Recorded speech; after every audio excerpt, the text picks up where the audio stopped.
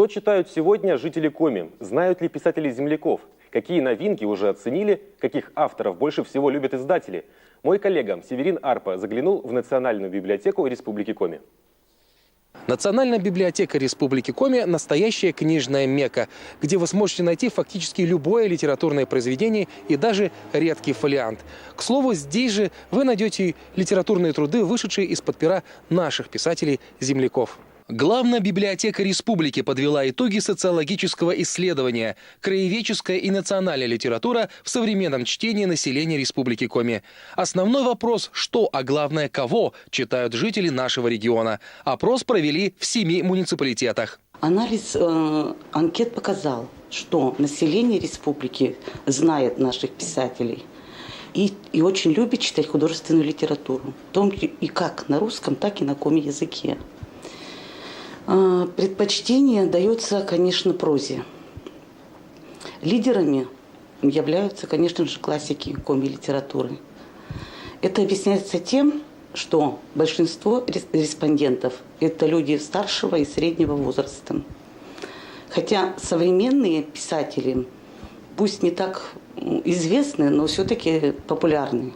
Первые позиции коми-книжного чарта не первый год удерживают Геннадий Юшков, Яков Рочев, Василий Юхнин и Владимир Тимин. Из современников в этом своеобразном хит-параде Елена Габова, Алексей Попов и Елена Козлова. Репертуар издаваемых книг достаточно разнообразен. Это и справочная литература, и учебная литература, краеведческая, познавательная, научно-популярная, естественно, художественная литература как для детей, так и для взрослого населения.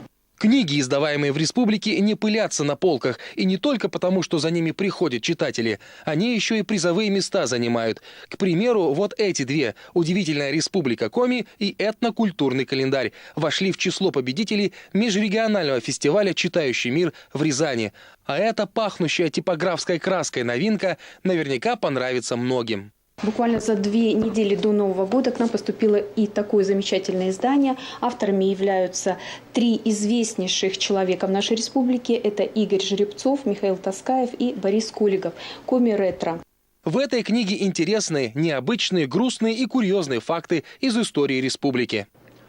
О такси города Сыктывкара. С 28 июня в городе появились 2 машины такси. Из-за отсутствия гаража шоферам разрешают хранить их дома, а утром выезжать на работу сразу к автовокзалу. Но у автовокзала найти их практически невозможно. Об их местонахождении не знает даже диспетчер. Газета «За Новый Север», 30 июля 1939 года. Будьте уверены, если вы пойдете в любую библиотеку, вы сможете найти бумажную спутницу, с которой можно с удовольствием скоротать долгие зимние вечера. Это программа «Детали дня». Мы говорим сегодня о книжном деле в Республике Коми. Гости нашей студии: Борис Коликов, сотрудник Коми-научного центра, и Вячеслав Попов, директор издательского дома Коми. Добрый вечер. Рады видеть вас в нашей студии. Борис Рудольфович, вот первый вопрос к вам, как автору книги «Коми-ретро». Расскажите, почему вдруг решили написать о истории Коми таким в таком необычном ключе? Ну, дело в том, что слабее всего в истории города и в истории Республики Коми, которая уже несколько сотен лет, а городу почти уже 240, изучена повседневная жизнь этих то есть самих того жителей, времени, да? самих жителей, Чем да. они жили? И вот то, что там процитировали в сюжете, например, когда появились первые машины, как они попали в город, как работала система образования, как жители города и жители республики любили заниматься спортом, что в республике и в городе устраивались и олени бега, и республиканские соревнования. В общем, все вот это в книге отражено. Понятно, что материал действительно, с одной стороны, серьезный, с другой стороны, курьезный, в силу того, что в основном упор здесь делался на газетные материалы, газетные статьи тех лет. А вот тут речь идет о Сыктывкаре или о всей республике вообще? Ну, отдельные главы, они посвящены истории, событиям, происходящим в республике в целом, а часть глав, она посвящена событиям, происходящим в Сыктывкаре. Ну вот вы сами тогда здесь жили, собственно, о своем детстве вы, наверное, по большей части это и там рассказываете, да? Ну, я не настолько стар, чтобы рассказывать, допустим, о Ну, что предвоенном бабушки периоде. рассказывали? Вот, Вот, понимаете, книга хороша еще и тем, что, собственно говоря, поколение, жившее в 30-е, в 40-е годы, ну, во-первых, их уже осталось крайне мало, если они остались вообще. А во-вторых, собственно говоря, особо как-то делиться своей молодостью, ну, я не знаю, крайне редко это происходит. Не принято это у них как-то. Они стесняются, может быть. Почему? Так Ну, мало может мы быть, на знаем это именно о влиял жизни сам по простых себе людей. стиль жизни. Понимаете, как бы. Может быть, это было не принято. Может быть, не хотелось чего-то вспоминать. Потому что жизнь того времени, ну, это особая такая специфическая жизнь. Вот если говорить, например, ну, предвидя ваш вопрос, книга это не первая. До этого вот выходила книга «Историческая хроника Республики Коми», где на основе архивных материалов и опять же материалов газетных статей давалась историческая хроника событий, происходящих в республике по годам. Ну и вышла еще моя книга, не воспринимайте это как рекламу, это «Странная страна», которая как раз приведен Ну, к циклу... кстати, о ней мы еще попозже тоже, кстати, ну, мы о ней вспомним. хорошо. Так вот давайте, так скажем, финансовую сторону вопроса чуть затронем. На какие деньги это все получилось издать? Ну, собственно говоря, первоначально предполагалось написать очерки по истории Коми. Но потом издательство Коминфо, для Коминфо, да, Коминфо предложило издать это все отдельной книгой. Нас финансовая сторона не касалась, то есть само издательство нашло грант, и, соответственно, книга была издана. То есть авторы, как это и положено, отвечали только за творческую Только за часть. Ну, конечно. творческую сторону. Мы работаем в прямом эфире, у нас есть телефонный звонок. Алло, здравствуйте, представьтесь. Добрый вечер. Да, мы вас слышим, представьтесь. Меня зовут Елена, и у меня такой вопрос к гостям в студии. Слышала, что было раньше у нас в республике издание, по-моему, «Жизнь замечательных среди республики». Планируется ли возобновить как-то создание такого цикла книг или хотя бы одну книгу к столетию республики? Мне кажется, это было бы значимо. И по каким критериям туда бы был отбор героев, скажем так? Хорошо, спасибо, Елена. Хороший вопрос. Вячеслав, ну это по вашей части, я так думаю, Да, да? в том числе, да. «Жизнь замечательных людей» Республики Коми. Вот. Серия хорошая, серия замечательная. Хороший, отличный проект, отличный материал, который там есть. Мы уже, наше издательство, не наше издательство, не издательский дом Коми, а другое, наши друзья, скажем так, я их не называю конкурентами, мы все издательства всей Республики Коми друг с другом дружим. И одно из издательств издало книгу про нашего выдающегося учителя Католикова. Вот. И я знаю, что на этом останавливаться вот этот цикл не будет, он будет продолжен. В планах издать про еще нескольких, скажем так, выдающихся жителей Республики Коми, города Сыктывкара, и которые прославляли нашу Республику Коми, которых на слуху, допустим, улицы, да, в Сыктывкаре название носят, а люди многие не знают, кто это и что это. Это полезная информация, да. И загвоздка в основном в том, что это достаточно скрупулезно, надо собирать материал, то есть достаточно сложно его делать. То есть это не просто, скажем, ну, хотя вот писать про старую жизнь, да, Республики Коми, это тоже труд, это писательский труд, просто он громадный, это просто колоссальный труд. Это не просто там что-то там напеть какую-то песенку, да, и то это достаточно сложно.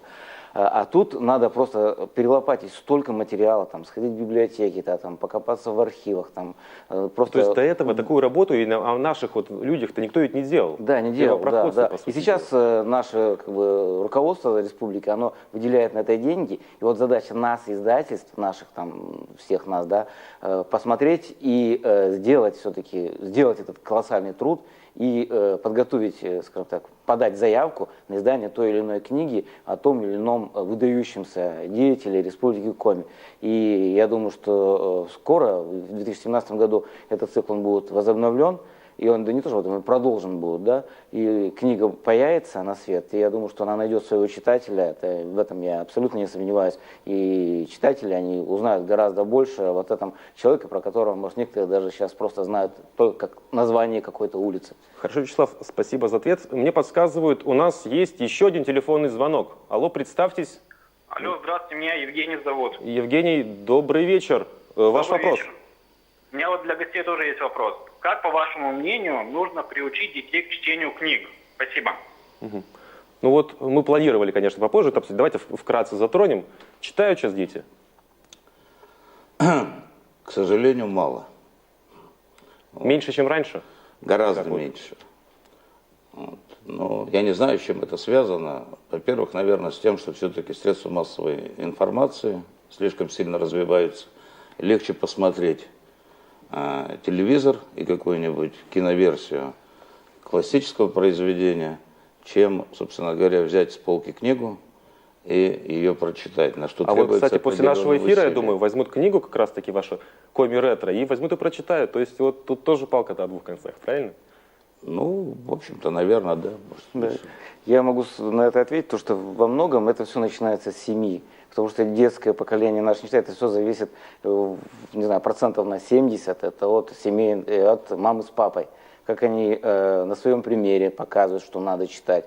Не знаю, может быть, в каком-то в хорошем смысле этого слова заставляют детей читать материал. Не только там школьный, который там, да, имеется в учебниках, а, допустим, продолжение в школе. В школьном учебнике там только там краткие, допустим, часть рассказа. А остальной рассказ купили книгу, подарили там. И не зря вот раньше и до сих пор это есть такая хорошая поговорка, что книга — это лучший подарок.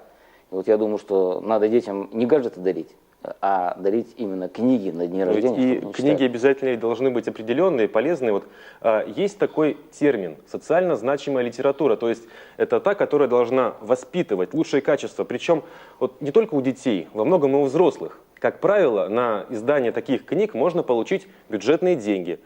Тут напрашивается вопрос, а вот кто решает, какое произведение социально значимо, а какое нет? В нашей республике уже много лет действует экспертный совет, который занимается решением этого вопроса. Так кто же входит в этот совет? За вот это вот время, да, действительно накопился ряд объективных претензий, как от издателей, так и от авторов, собственно, которые просили его, скажем так, изменить. И фактически у нас было два варианта, да, либо, собственно, сделать это, как, ну, это часто делается, когда собираются чиновники и принимают решение о том, чтобы что-то поменять, либо собрать общественность, экспертов и разработать совместно новые правила, по которым, собственно, будут приниматься решения о поддержке той или иной книги. Ну, к работе экспертного совета мы вернемся чуть позже. А пока давайте разберемся, как работают издательства, которые печатают книги авторов республики. И кто самые крупные игроки на рынке региона. Вот сегодня в республике 6 крупных издательств, которые на постоянной основе выпускают социально значимую литературу. Всего за последние 6 лет при государственной поддержке в республике выпущено 148 книг. То есть наименований, общий тираж 164 673 издания. Вячеслав, к вам вопрос. Вот в сегодняшних условиях, я думаю, не секрет, что вот каждая бюджетная копейка, каждый рубль считается. Вот. Весь этот тираж изданий 164 тысячи социально значимой литературы. Не зря это все-таки напечатано-то было? Абсолютно не зря, потому что весь этот книжный, скажем так, поток, да, 164 тысячи тысячи экземпляров, они нашли своего читателя, находят до сих пор своего читателя, они у нас идут вот именно по условиям вот этого выделения этих денежных средств, они идут на, скажем так, в библиотеки сельские, городские, поселенческие и в школьные библиотеки. Они туда попадают, и они, читатели там в свободном доступе приходят там и получают, и в библиотеках даже по несколько экземпляров. И когда происходит отбор, он достаточно такой, скажем так, скрупулезный и сложный. Там бывают определенного рода и трудности, да, потому что там эксперты, они спорят, да, что издать в первую очередь и что будет востребовано. И мы в этом издательстве, мы когда подаем заявки, а заявок гораздо больше, чем вот... Ну, то есть, для понимания, авторы приносят вам свою работу, и вы уже сами там отправляете вот в этот совет свой список, который считаете вот, может издаться как социально значимый. Нет, издательский дом Коми, мы являемся автономным государственным учреждением, и мы по своей природе принимаем вообще абсолютно от всех. То есть любой автор, да, вот сейчас могу открыто заявить, что любой автор может написать и подать нам свое произведение. Мы посмотрим, и я думаю, что если наш, естественно, там профессионалы не посмотрят, если там вообще уж там какой-то фильтр, но он пройдет минимальный, и мы его дадим на суд, скажем так, экспертному совету.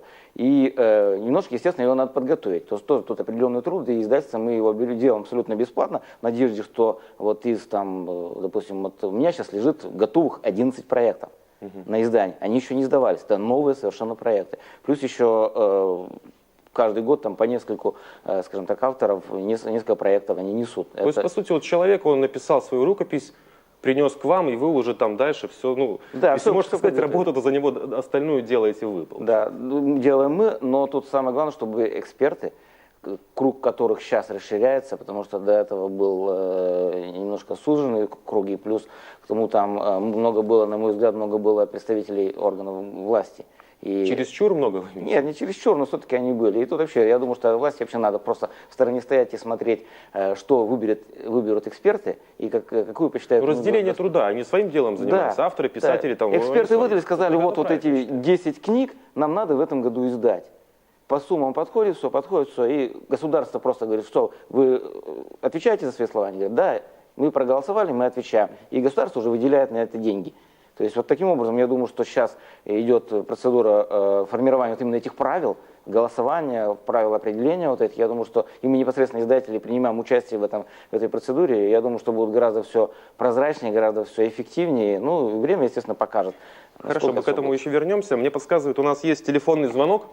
Алло, здравствуйте, вы в эфире. Здравствуйте, добрый вечер. Да, как вас зовут? Представьтесь. Откуда вы звоните? Меня зовут Алексей, у меня, собственно, вопрос есть.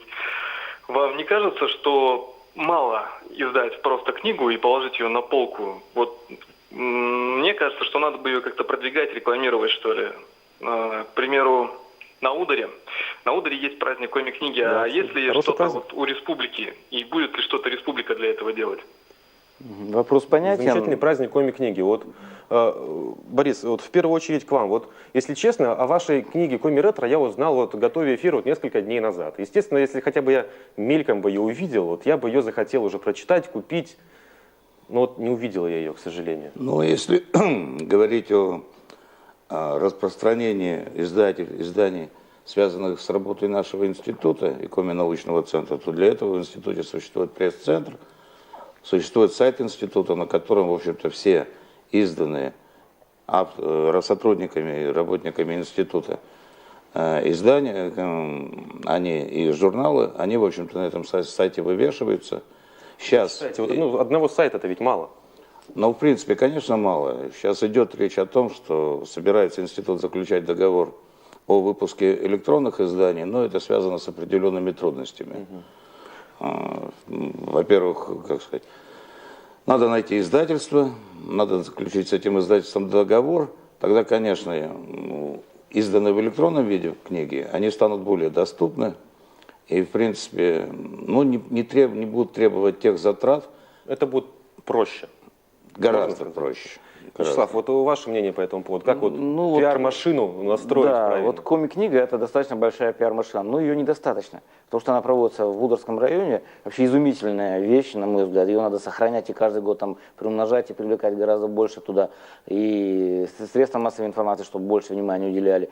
И чтобы мы, издательства, там присутствовали вообще там полностью со всем ассортиментом, со своими книжные магазины и так далее, и так далее. Но этого недостаточно. Надо вообще идти, ну, вот на республиканском уровне, это, к сожалению, ну, практически единственное такое мероприятие, которое именно связано с книгами. Его надо расширять. Его надо вообще, вот я бы сделал, да, в идеале, в каждом муниципальном образовании свою коми-книгу местного, скажем так, уровня. Но авторов-то столько хватит?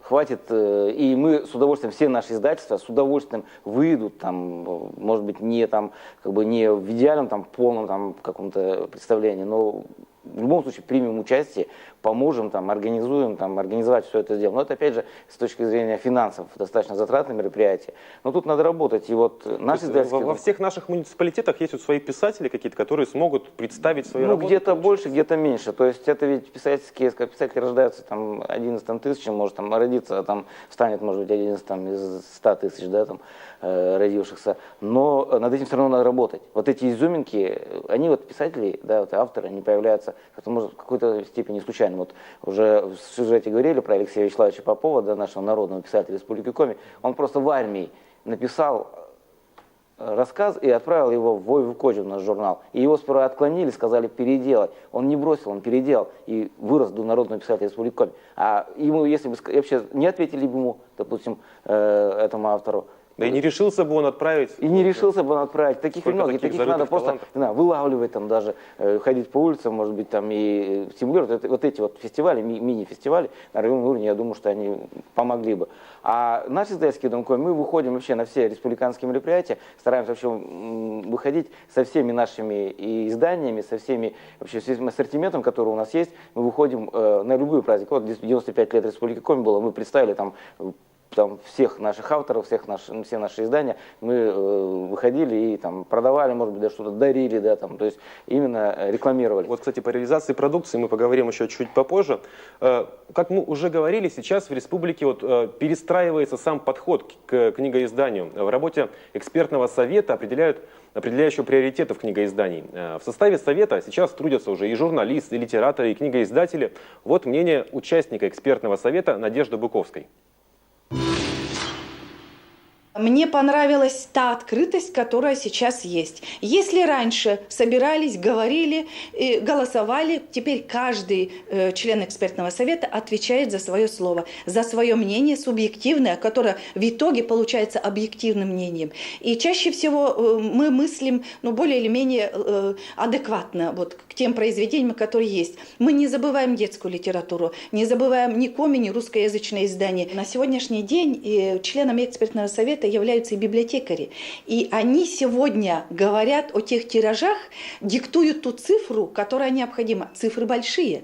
То есть люди приходят в библиотеку и читать, и приходят и на новые издания посмотреть. И у людей еще есть то чувство праздника, когда ты берешь новую книгу, открываешь и видишь ее.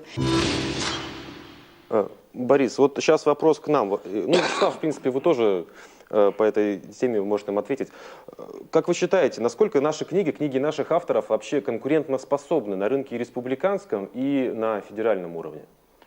На республиканском уровне, я думаю, что абсолютно конкурентоспособны. То есть наших авторов читают, наших авторов любят и знают. Да, мы даже тут как-то в большей степени, даже, скажем так, мы впереди, мы лидеры. Наши республиканские авторы лидеры. К сожалению, на российском уровне в меньшей степени это связано в первую очередь не с талантом, не с тем, что наши авторы... Кстати, что мешает? Мешает именно, скажем так, опять же, банально. Денежных средств недостаточно, чтобы издавать большими объемами, выходить на больших игроков книжного рынка, там, на большие книжные сети. Хотя и то мы, республика наша, в прошлом году мы вышли и попали первые, там, просто уникум, там, большую федеральную сеть, и они просто говорили, что как у вас получилось другие издательства региональные. Вот таким образом, если вот у нас будут наши авторы, да, наших авторов знают. И вот мы были на выставке позапрошлом уже году, в 2015 году на Красной площади. «Книги России» была изумительная, хорошая выставка. Мы там с одним из коллег, Игорем Ивановым, представляли нашу книжную продукцию. И как там москвичи отнеслись к коми-писателям? Москвичи знают наших авторов, знают там Андрея Гелевича Попова, знают там Тамару Ламбину, многих знают. То есть они просто приходят и целенаправленно, они искали Республику Коми, потому что они знают авторов, хотели купить наши книги. То есть есть. Вот если бы у нас, не знаю, там были бы большие тиражи, и мы бы смогли бы как-то я думаю, что если большие тиражи, то мы попадем в эти сети, и тогда наших авторов не только, скажем так, будут искать, они их будут покупать. Будут любить? Да, будут любить. Республика помогает книгоиздателям, распределяются субсидии, выделяются гранты, за которые помимо средств массовой информации могут побороться и издательства. Решили поучаствовать в конкурсе на социально значимую литературу с книгой «Популярная история коми» для того, чтобы удешевить проект для конечного покупателя, чтобы сделать книгу привлекательной по цене. Потому что проект дорогой, он полностью рисованный, там очень много рисунков, очень много людей работали над созданием этой книги. Это и основной автор Игорь Любомирович Жеребцов, это и Наталья Мельникова, наш главный редактор. Но помимо этого было привлечено много экспертов, художники, поэтому проект дорогой получился. А сейчас мы прервемся на короткую рекламу, не переключайтесь. Мы провели опрос в нашей группе ВКонтакте, решили выяснить, в каком формате вы предпочитаете читать книги. Результаты, если честно, меня немного удивили. По старинке бумажные книги читает большинство, почти 60%. В электронном виде немного более 25% опрошенных. И честно признаюсь, что не читают книги вовсе, ну почти 15%. Это, как мне кажется, не так уж и много. Борис Рудольфович, ваше мнение, вот книги в привычном формате, вот бумажные книги, вообще у них будущее есть? Ну, по-моему, с тех пор, как человечество изобрело бумагу, в бумажных книгах появилось будущее, еще будет долго достаточно развиваться, потому что держать книгу в руках, ощущать запах бумаги, ощущать шелест страниц и бежать глазами по строчкам. Ну, то же самое человечество изобрело электронную книгу, куда можно закачать сразу все книги, там, которые можно прочитать. И, в принципе, это, ну, вот, как по-вашему, это все-таки вот большая ли разница в чтении электронной книги и книги бумажной, которую можно потрогать? Разница есть, потому что все-таки бумажная книга — это такая, действительно, вот это непередаваемое ощущение. До сих пор помню, когда в первый класс я пошел и новые учебники получил, вот этот запах, он у меня сложился, и до сих пор я этот запах помню. И новых книг также, которые появляются, они у меня ассоциируются абсолютно вот с этим, именно с теми хорошими воспоминаниями моего детства. И будущее у этих наших бумажных книг, оно абсолютно оно будет, оно есть, и никуда они не денутся. А электронные книги, вот, ну, были же какие-то сейчас допустим, до гаджетов, не знаю, там такие электронные вещи, которых уже нету. Я думаю, что через какое-то время, может быть, электронные книги, они думаете, уйдут в никуда. их постигнет там судьба, не знаю, да, пейджеров, будут какие-нибудь очки, где будут там текст изображаться. Это будет, это естественный такой прогресс. Но вы хотите сказать, параллельно книги параллельно все равно книги будут. Они будут, потому что изучая, смотря там на опыт там жителей республики, ну смотря на жителей республики Коми, на других регионов, посещая другие там города, и даже страны, может быть, там многие, очень многие люди, они просто сидят там, едут в метро, там в автобусе и читают книги. То есть это у нас еще, я думаю, что никакие там войны, никакие там катаклизмы не выбьют из нас читать именно качественную бумажную книгу. Она все равно останется. Вот сейчас пошла мода именно на вот аудиокниги в том числе. То есть когда тебе, ну, по сути, уже делать ничего не надо, просто вот там сиди, стой, иди куда-нибудь. Вот у нас как это будущее именно вот, есть ли у нас в республике вот книги, которые вот уже и перешли на аудиоформат? Есть. Переходим мы потихоньку? Переходим, но тоже, опять же, недостаточно, скажем так, недостаточно много, потому что аудиокнига такая, это, если вот я буду читать просто книгу, это будет не так качественно, да, нужен тут хороший актер, хорошим голосом поставленным, чтобы он там вообще был бы в идеале какой-то там аудиоспектакль, да, даже, то есть вот таком, это передаст там гораздо больше там эмоций с разными голосами, но это, опять же, стоит денег, да, чтобы это сделать.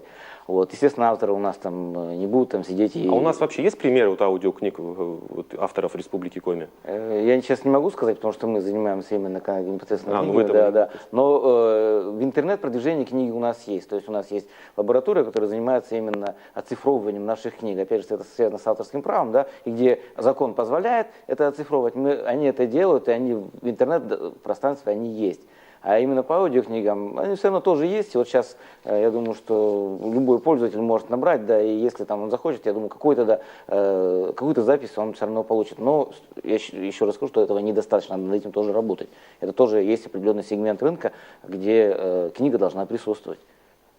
Спасибо вам за участие в нашей программе. Я напомню, гостями сегодня в нашей студии были Борис Коликов, сотрудник Коми научного центра, автор замечательной книги «Коми ретро» и директор издательского дома Коми Вячеслав Попов.